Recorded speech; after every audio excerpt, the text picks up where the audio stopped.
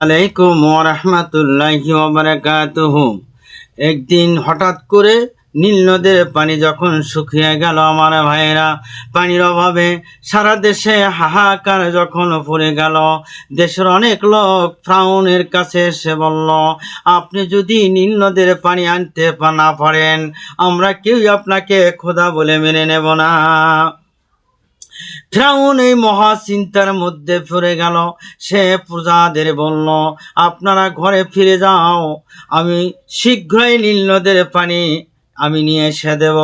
এই বলে ফিরআউন দুঃখিত মনে একটা অশ্বের উপর আহরণ করার পর নীল নদীর তীরে পাহাড়ের গুহারে প্রবেশ করে সিজদায় পড়ে গেলেন আল্লাহ পাকের দরবারে।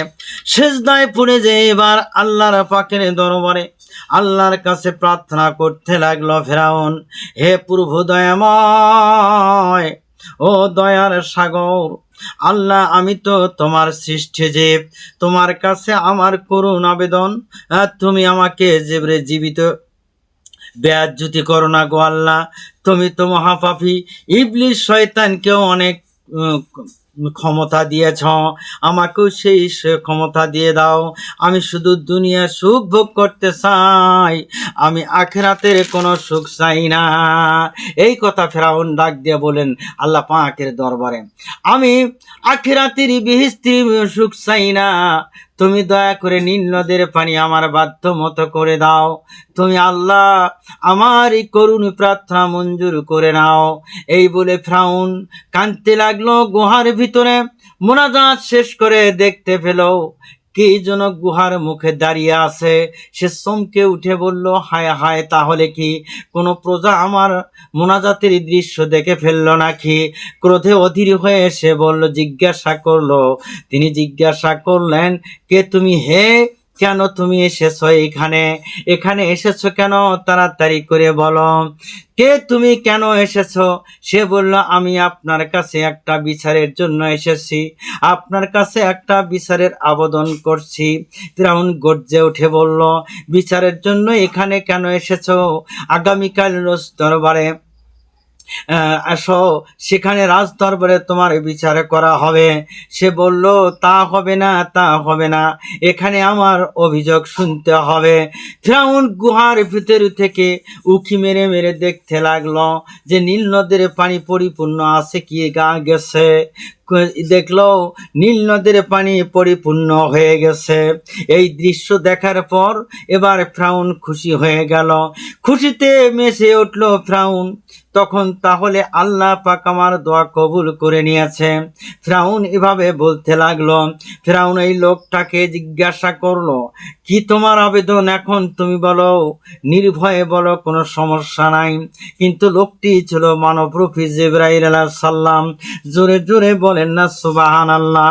সে বলল, কোন লোকের মনে যদি তার যাবতীয় সুখ শান্তির ব্যবস্থা করে দেয়, তা সত্ত্বেও যদি সে লোক তার মনিবের অবাধ্য হয়ে যায় এবং সে নিজেই মনিব সাজতে চায়, তাহলে তার কিরূপ শাস্তি দেওয়া দরকার?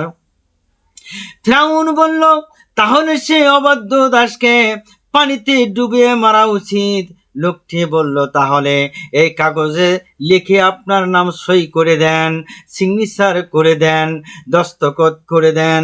ফিরআউন উক্ত কাগজে লিখে তার নাম দস্তখত করে দিলেন, সিগনেচার দিয়ে দিলেন। আমার ভাইয়েরা, মানবরূপী জিবরাইল আলাইহিস সালাম কাগজখানা নিয়ে চলে গেলেন। আমার বন্ধুগণ, সূরা আম্বিয়া আয়াত নম্বর 83, পৃষ্ঠা নম্বর 386, পারা 17, আল্লাহ রাব্বুল আলামিন কোরআনে কারিমে বলেন, ইয়া আইয়ুবা ইয নাদাউ রাব্বাহু আন্নি মাসজিয়াদ দুরওয়া আনতা আরহামুর রাহিমিন।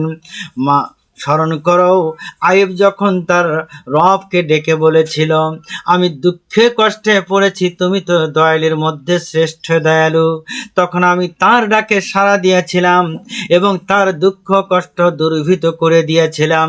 তার পরিবার পরিজন আমি আল্লাহ ফিরিয়ে দিয়েছিলাম। জোরে জোরে বলেন না সুবহানাল্লাহ। আমার ভাইয়েরা, বুখারী শরীফের হাদিস নম্বর 2656, পৃষ্ঠা নম্বর 687, হযরত আবু হুরায়রা রাদিয়াল্লাহু তাআলা থেকে বর্ণিত। তিনি বলেন, হুজুর সাল্লাল্লাহু আলাইহি ওয়াসাল্লাম ইরশাদ করেন, আল্লাহ পাক অতিশয় দয়ালু। দয়াকে 100 ভাগ করা হলে সেই 1 ভাগ আল্লাহ পাক দুনিয়াতে পাঠিয়ে দিয়েছেন, আর 99 ভাগ আল্লাহ নিজে কাছে রেখেছেন। সুবহানাল্লাহ। 1 ভাগ পৃথিবীতে প্রেরণ করলেন। আমার ভাইয়েরা, আল্লাহ রাসূল সাল্লাল্লাহু আলাইহি ওয়াসাল্লাম বলেন, ও আমার সাহাবীরা গো, ও আমার উম্মতেরা গো, তোমরা শোনো। ইব্রাহিম আলাইহিস সালামের পুত্রের নাম ছিল ইসহাক আলাইহিস সালাম। ইসহাক আলাইহিস সালামের কনিষ্ঠ পুত্রের নাম ছিল ইয়াকুব আলাইহিস সালাম। ইয়াকুব আলাইহিস সালামের এক পুত্রের নাম ছিল ইউসুফ আলাইহিস সালাম। ইউসুফ আলাইহিস সালামের এক পুত্রের নাম ছিল ইব্রাহিম। ইব্রাহিমের কন্যা ছিল বিবি রহিমা। ইব্রাহিমের ধন দৌলত টাকা পয়সার অভাব ছিল না। সে একজন বাদশা ছিল। একমাত্র আদরের দুলালী রহিমা ছিলেন সুন্দরী শিক্ষক নিয়োগ করে তার গণ্যমান্য শিক্ষক দিয়ে শিক্ষিত করে তুলেছিলেন। আমার ভাইয়েরা, বিবি রহিমার বিভিন্ন দিক থেকে বিবাহের ঘর আসতে লাগলো। দেশে বিদেশে তার রূপ গুণের কথা ছড়িয়ে পড়তে লাগলো। বিরাট লম্বা কাহিনী সংক্ষেপ করি আমার ভাইয়েরা।